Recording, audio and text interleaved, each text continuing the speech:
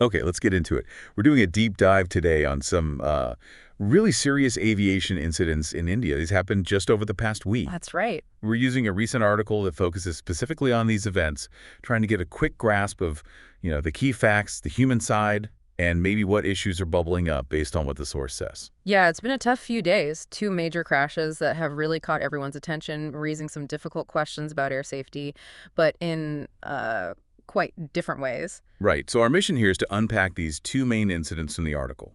First, a crash involving a big commercial jet, an Air India flight, and then separately, a helicopter crash on a pilgrimage route. Okay, let's start with the commercial one. Air India 171. The article notes it was a Boeing 787 Dreamliner, modern plane, flying from Ahmedabad to London, but tragically, it crashed near Ahmedabad's airport just after takeoff on June 12th. Hit a hostel, actually. And the article really underscores the scale of this. It's huge. It really is devastating. The report says 241 people on the plane were killed. Wow. And the impact didn't stop there. At least 38 people in the hostel also lost their lives. It's being called one of India's worst air disasters in years. It's unbelievable loss. The report mentions something quite extraordinary amidst all that. A single survivor. Yes, that detail really stands out. A 40-year-old British passenger survived with apparently minor injuries, managed to get out through an emergency exit near seat 11A. The article highlights that. Quite incredible, really. Absolutely. So any early clues about the cause? I know it's early days, but the black boxes were found, right? They were, yes. Flight data recorder, cockpit voice recorder both recovered, crucial pieces. Yeah. Well, the initial analysis, according to the article, seems to point towards engine power loss and a lack of sufficient thrust in the very last moments, like the final 30 to 36 seconds before impact. So that specific failure is really the focus for investigators right now. That detail, the engine power loss on a modern jet like the 787, that's significant. And the article notes this has wider implications, too. It does. It points out this is actually the first fatal crash involving a Boeing 787 Dreamliner since the plane type entered service back in 2011. Right. So as you'd imagine, it's already triggered inspections of Air India's entire Dreamliner fleet. Standard procedure after something like this. Okay, so that's AI-171, a major international flight, a cutting-edge plane.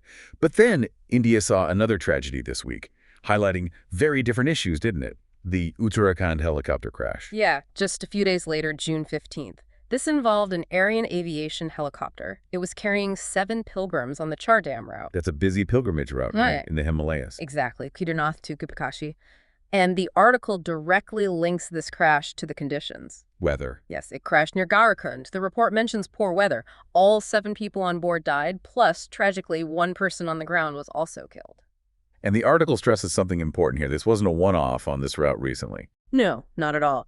It emphasizes this was actually the 5th fatal helicopter crash on that Char Dham route in just 6 weeks. 5 crashes in 6 weeks. Yeah, a worrying pattern. It pushed the DGCA, that's India's main aviation regulator, and the State Aviation Authority to suspend Arian Aviation's operations. Makes sense. And they've started stricter safety reviews for the whole route now. The article we looked at, it also mentioned some other incidents, military ones, I think, but no other recent commercial jet crashes apart from the Air India one. Right, which kind of brings us back to the two main events. AI-171 stands out because of the sheer scale, the modern aircraft type, those specific technical questions about engine power. Right. But the Uttarakhand crash, it highlights these persistent safety issues in regional air travel, especially for pilgrimage routes, things like weather, the challenges of mountain flying, operational pressures maybe. So taking this deep dive, looking at both, it's more than just statistics, isn't it? It's about the people affected and also understanding the different safety challenges India is facing across different types of aviation.